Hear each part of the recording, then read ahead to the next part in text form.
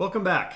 This is the second lecture on the ellipsoid algorithm, and we have some technical things to cover. We've developed the basic idea of the ellipsoid algorithm. We contain our set, our polytope, which is, we have a polytope. We want to find a feasible point in the polytope or assert that it is empty. We start with an ellipsoid that contains it. At every point, we choose its center. We check, is it in the polytope? If yes, we're done. If not, we pick the inequality which violates it, which shows that it's not in the polytope.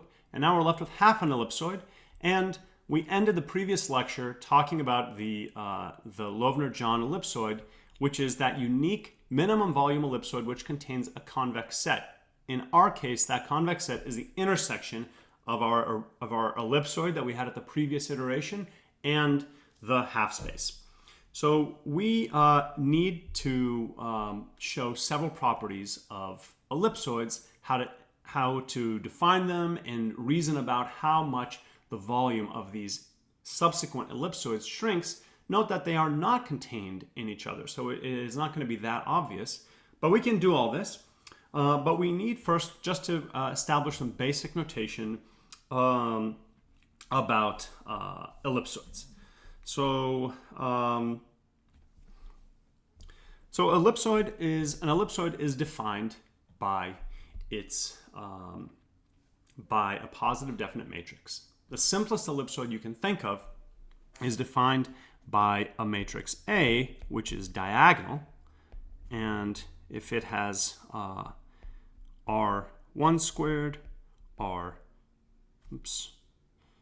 if it has values R1, R2, down to RD, and it's diagonal, then we can ask, what does the ellipsoid X transpose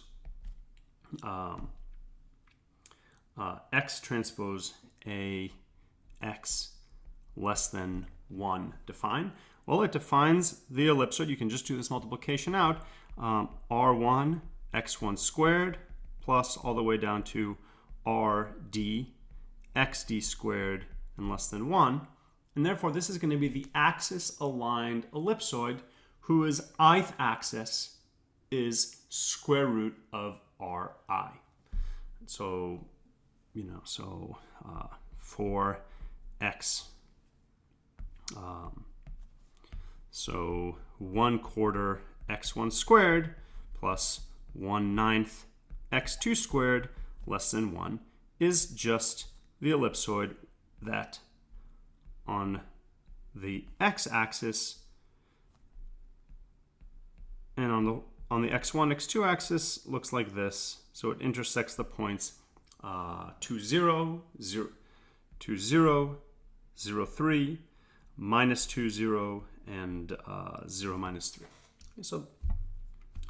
And we realize that any, from the spectral theorem, we know that any positive semi-definite matrix can be made diagonal by an orthogonal rotation, essentially, but in higher dimensions.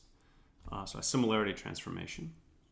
Another way to say this is that any symmetric matrix, any positive definite matrix, is symmetric, and therefore it has eigenvectors that are orthogonal, and therefore it really is just exactly like this diagonal matrix. So this is really all in any ellipsoid just looks like this, except it's rotated.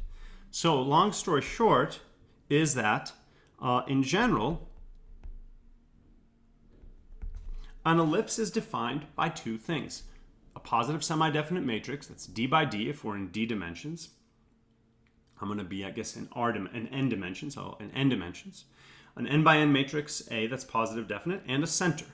So if we're given A, which is positive definite matrix, and a center C in Rn, then I'm going to define an ellipsoid. And there's other ways to parameterize, of course, ellipses, but this is the parameterization that I'm going to use here.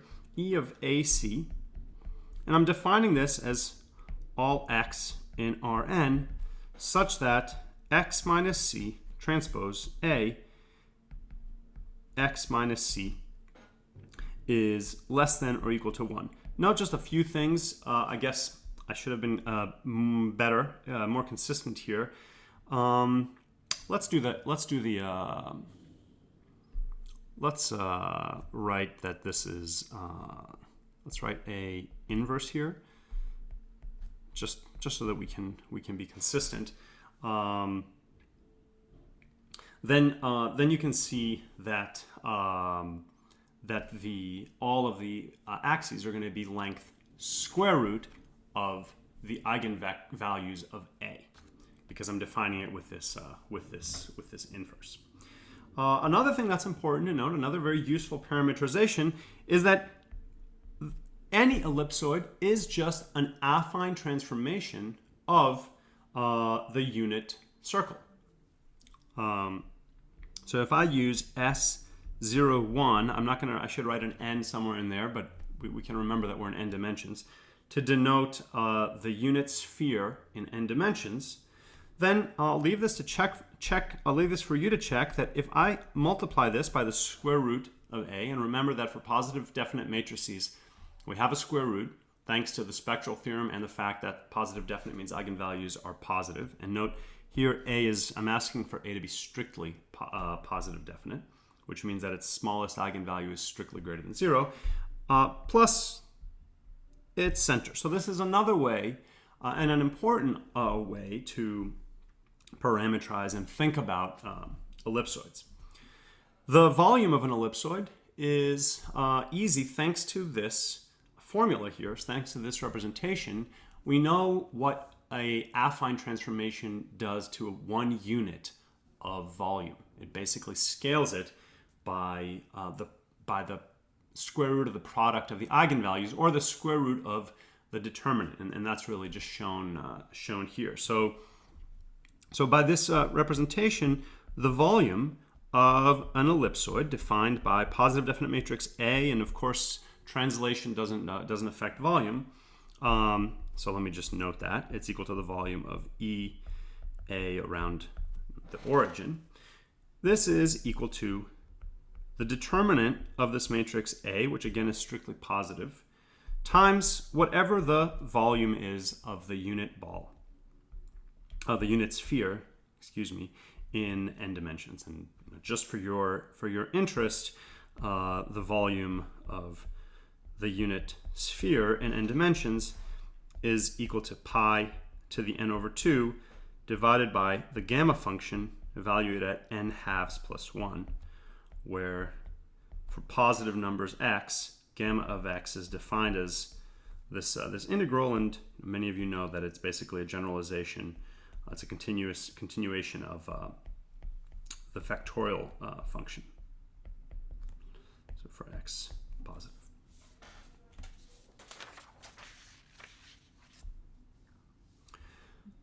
Okay, so now we know, given an ellipsoid, what its volume is. We're going to use this. Now let's talk about cutting ellipsoids. Let me just make one comment about notation. I made this in the previous lecture too. We've been used to thinking about polytopes as ax less than b. Just make sure in your mind that the a that we're using here has nothing to do with the a that defines the polytope. It's separate. I hope that the context makes that clear. Okay, so let's let E of AC be our ellipsoid. Again, I won't write this down every time. Whenever you see this, C is a vector in Rn, it's the center, and A is a strictly positive definite matrix. And now let's cut that. So let's let X be what happens when we take that ellipsoid and cut it through its center. Because again, our ellipsoid algorithm is always going to take the center of that ellipsoid and ask, is the center in the polytope? And if the answer is no, it's because it violates a constraint, which means we've got a constraint that goes right through the middle. So X is my set of my ellipsoid and the half space X in Rn such that A transpose X is less than or equal to A transpose C. For some C. I'm sorry, for C is the center. A is what we have found. So the point is that this is a cut. This is a cut through the center. Okay, so the key result is that the Loevner-John ellipsoid for this set X is easy to write down. So let's, I'll write it as a theorem.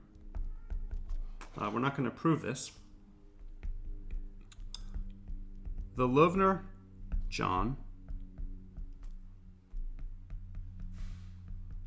ellipsoid of X is the set, I'll write this as, it's again defined by a new center and a new positive definite matrix A. And these have explicit formulas. So in particular, C hat is the old C minus 1 over n plus 1 times a vector Z, which I'll tell you where I'll write down what that is. And A hat is a rank 1 modification of A. So this is equal to n squared over n squared minus 1 times A minus 2 over n plus 1 times a rank 1 matrix, Z transpose. It's the same Z, and in both of these, Z is equal to my matrix A that defines the previous ellipsoid, not the A that defines the polytope, times the vector A, which is the normal vector to the violated constraint, times a normalization constant. So this is Z. Everything is explicit here. And this is, of course, extremely special. The fact that we have this formulation, and it's so easy to obtain the updated Loevner-John ellipsoid for half of an ellipse. Okay, so what is our so this is the first big step. Now we're running our ellipsoid method. We have an ellipsoid, we check its center. It's not in our polytope. We get a slice through the center. Now we've learned how to find the smallest possible ellipsoid volume-wise that contains that intersection of that half ellipsoid that's left over. That is guaranteed to contain our polytope. Now we need to show, in order for the logic of ellipsoid algorithm to work, that the volume is reduced quickly enough. So here's the idea of how this works. So for our ellipsoid E, which is again going to be E of AC, our ellipsoid, and E hat, the ellipsoid defined by A hat and C hat, which we wrote on the previous slide. So the Loevner-John ellipsoid for the set X.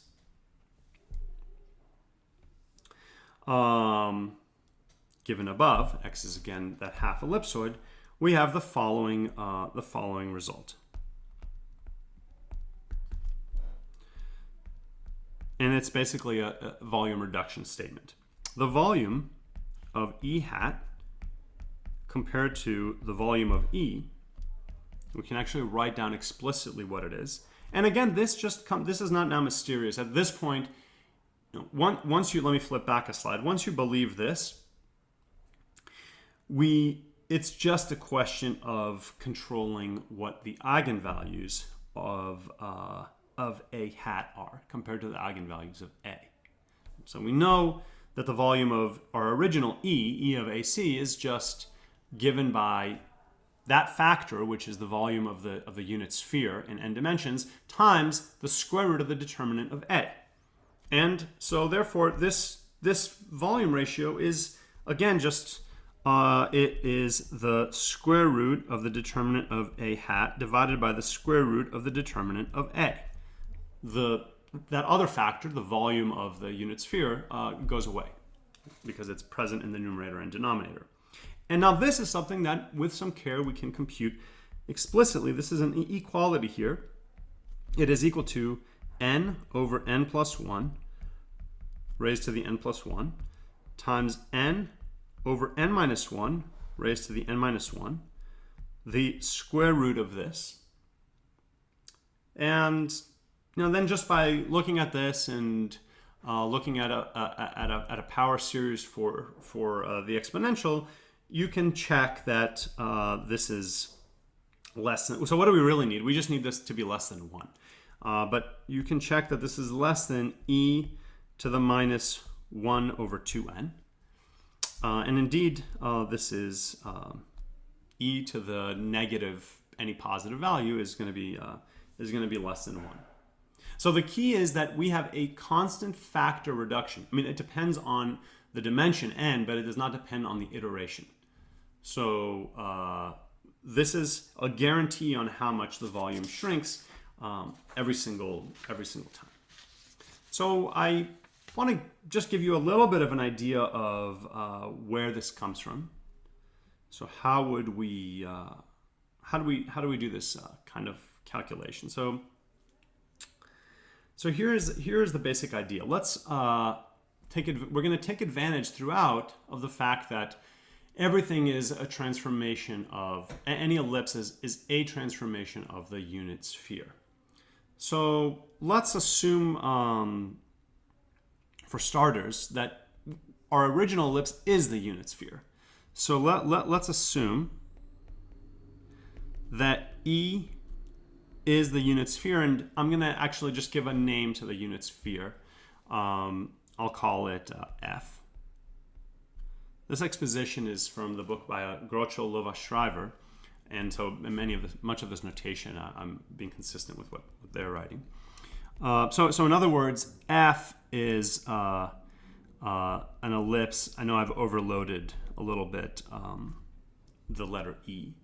But E is, E represents my generic ellipse. E of AC exactly specifies what ellipse we're talking about, and I'm defining F to be the special ellipse that has A equal to the identity and is centered around 0. In other words, the unit sphere around 0. And we're going to exploit spherical symmetry of this. So I might as well have the half space that's cutting through it defined by a normal vector. So defined by the normal vector A. I'm going to make this as simple as possible for myself. It's just -1 and zeros everywhere else. Remember, this is I can easily get this as long as F is the unit ball, then I can just rotate and I might as well have this. So now all our formulas for the update becomes very easy. Remember that they are defined by this vector z, which is equal to 1 over A transpose AA. So this was how we defined z. And now if you plug in A equal to the identity and little a equal to the vector -1, you get that this is, again, the vector A. So this is what z is. And now it's very easy to compute my updates. So c hat, I'm just writing out again the formula, which is equal to c over c minus 1 over n plus 1 times z. Well, in this case, c is equal to 0. And z is equal to -1, 0, 0, 0, 0. So c hat is just positive 1 over n plus 1 and zeros everywhere else. That's the transpose of this. And a hat is similarly an easy update. So it's the formula is n squared over n minus 1 times the previous a. In our case, that's the identity. Minus 2 over n plus 1 times ZZ transpose. Z is this simple matrix. And so what's extremely nice about this is that it only alters is that this rank 1 update only impacts one of the eigenvectors. And so this is just the diagonal matrix, which on its diagonals has n squared over n plus 1 squared. How did I get that? That is, again, n squared over n minus 1 minus 2 over n plus 1. It's just that. And then everywhere else is n squared over n squared minus 1, right? Because it's not altered anywhere else except that first coordinate. N squared over n minus 1. And so now all I need to do is volume of E hat over volume of E. Well, volume of, I'll just write this out. It's the determinant of A hat over the determinant of A, square root of these. But the denominator is equal to 1, so this is equal to the determinant of A hat. The determinant of A hat, which is the diagonal matrix, is just the product of all of those things, square root. And you can just check that that this is as claimed. So this is the square root of n squared over n plus 1 squared times n squared over n squared minus 1 to the n minus 1. All of that square root, and you can see that this is the expression on the previous slide. And we have left to show, so for this special case, we have, let me flip back, we have verified that this theorem holds for the special case up to here. We just finally need to do some manipulations to check, these two, but these are straightforward. I'll just write, can now check that this is less than e to the minus 1 over 2n, which indeed is less than 1.